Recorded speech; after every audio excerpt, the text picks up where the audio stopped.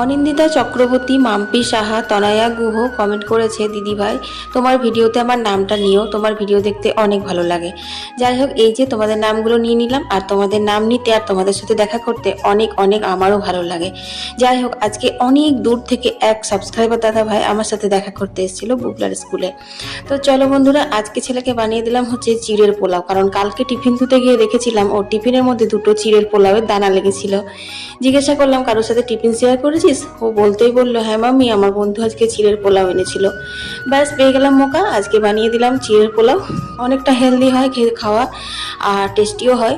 তারপর ঘরে এসে সবজি কাটতে বসলাম, খুব শখ করে কেটেছিলাম পুঁই, কচু আর কুমড়ো।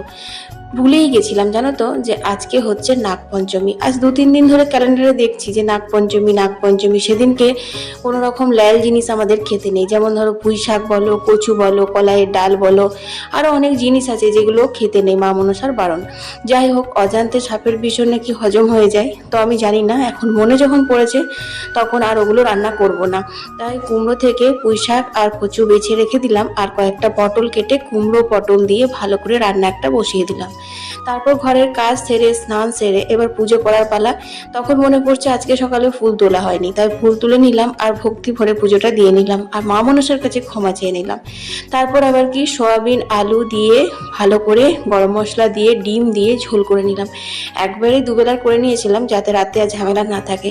আর এই দাদাভাই নিয়ামতপুর থেকে আমার ভিডিও দেখেন, এনার নাম হচ্ছে বাবুমণি চ্যাটার্জি। ইনি এসেছিলেন আমার সাথে দেখা করতে। ওনাকে যখন আমি ভিডিও করছিলাম, পাশের থেকে দুটি পুচকি পোজ দিচ্ছিল, সেটা আমি দেখিনি, পরে এডিট করার সময় দেখলাম। যাই হোক, ওদেরকেও অনেক ভালোবাসা, অনেক আশীর্বাদ।